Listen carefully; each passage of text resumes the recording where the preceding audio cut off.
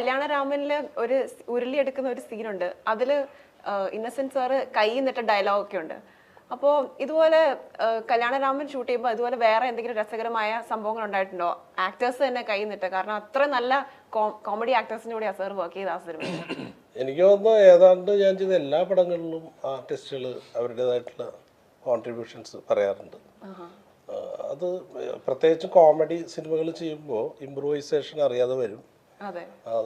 അത് നമ്മൾ ആദ്യം തന്നെ അതിനെ നിരുത്സാഹപ്പെടുത്തിയാൽ പിന്നെ ഒന്നും കിട്ടില്ല.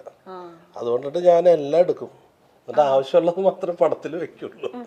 പക്ഷെ മിക്കതും അങ്ങനെ കട്ട് ചെയ്ത് കളയേണ്ടി വരാറില്ല. കാരണം ഈ സ്പോട്ട് ഇംപ്രൂവൈസേഷന് കുറച്ചും കൂടി ഒരു ലൈഫ് ഉണ്ടാവും. ഇപ്പോൾ കല്യാണരാമനിലും പുലിവാൽ കല്യാണത്തിലൊക്കെ ഒത്തിരി സ്പോട്ട് ഇംപ്രൂവൈസേഷൻ ചെയ്തിട്ടുണ്ട്. അതിൽ ഏതെങ്കിലും ഒരു സീൻ പറയോ നമ്മുടെ പ്രേക്ഷകർക്ക് വേണ്ടി? അല്ല, അങ്ങനെ ഏതാണ്ട് അതിലും കോമഡി സീൻസിൽ എല്ലാത്തിലും എന്തെങ്കിലും ഒരു ചെറിയ ഇംപ്രൂവൈസേഷനെങ്കിലും.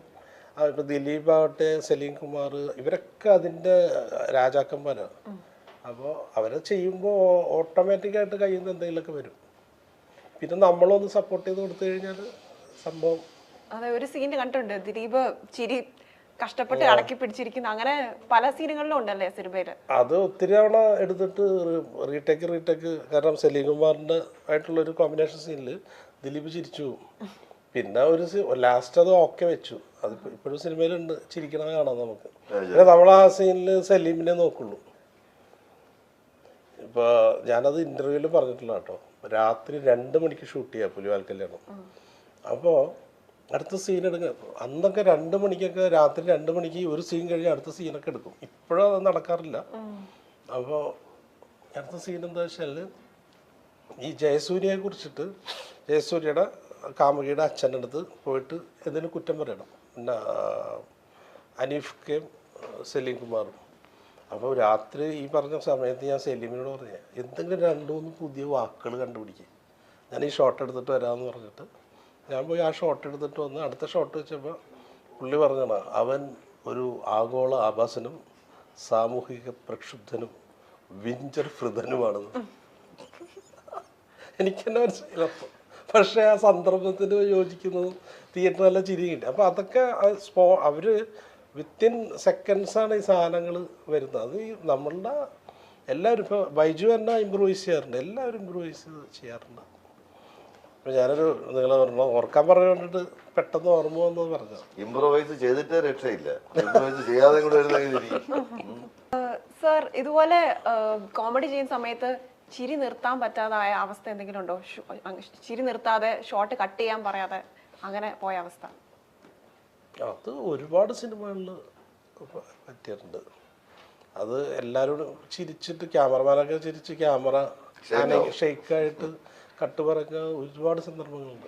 ജയസൂര്യ സർ, ജയസൂര്യ എന്ന് പറഞ്ഞാൽ സിനിമയിൽ വരുന്നതിന് മുമ്പേ എനിക്ക് പരിചയമുള്ള ആളാണ്. പരിചയം മാത്രമല്ല, ഞാനത് കുറേ ഇൻ്റർവ്യൂ പറഞ്ഞിട്ടുള്ളതാണ്. ഞാൻ ഇടയ്ക്ക് വെച്ച് പഠിത്തമൊക്കെ നിർത്തി ജോലിക്ക് പോകേണ്ടി വന്നിട്ടുണ്ട് എനിക്ക്. അങ്ങനെ ഒരു 10 വർഷം കഴിഞ്ഞിട്ടാണ് ഞാൻ പ്രൈവറ്റായിട്ടാണ് പഠിച്ചത്. അപ്പോൾ ജയൻ എൻ്റെ ക്ലാസ്മേറ്റ് ആയിരുന്നു. അതെ അതെ, ഇവിടെ എറണാകുളം ഓൾ സയൻസ് കോളേജിൽ, ഇവിടെ എറണാകുളത്തൊരു പാരലൽ കോളേജ് ഉണ്ടായിരുന്നു. അപ്പോൾ അന്നോട്ടുള്ള ബന്ധം. പഠിക്കാൻ പോയത്. ഞാൻ ആദ്യം ഒരു സ്ഥാപനത്തിൽ 5 വർഷം വർക്ക് ചെയ്തു. അതല്ല, അവന് ഞാൻ ഒരു 10 വയസ്സിൻ്റെ വ്യത്യാസമുണ്ട്. ഹിന്ദി അല്ല, ഇംഗ്ലീഷ് ക്ലാസ്സിലായിരുന്നു, ട്യൂഷൻ ക്ലാസ്സിൽ.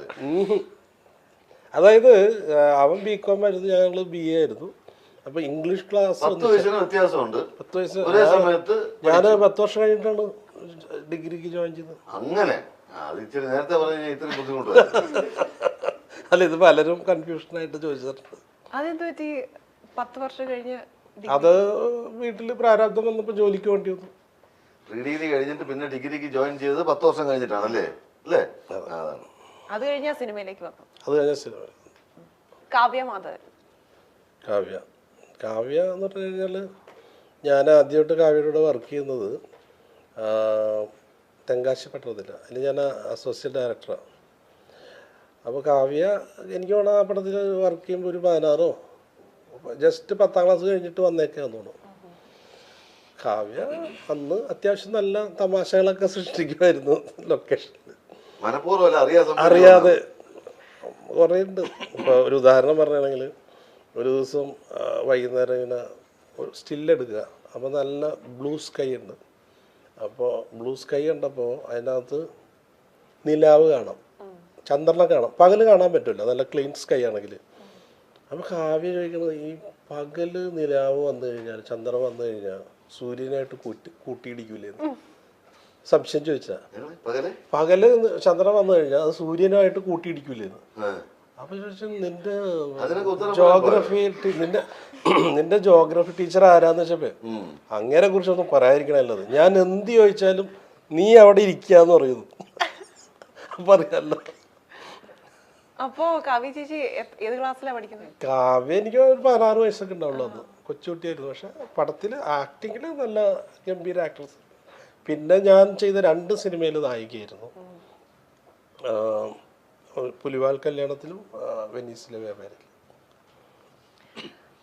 വളരെ നല്ലൊരു ആക്ട്രസ്സാണ്. ഒരുപാട് നല്ല കഥാപാത്രങ്ങൾ കിട്ടി. ഒരുപാട് ആരാധകർ ഉണ്ടായിരുന്നു.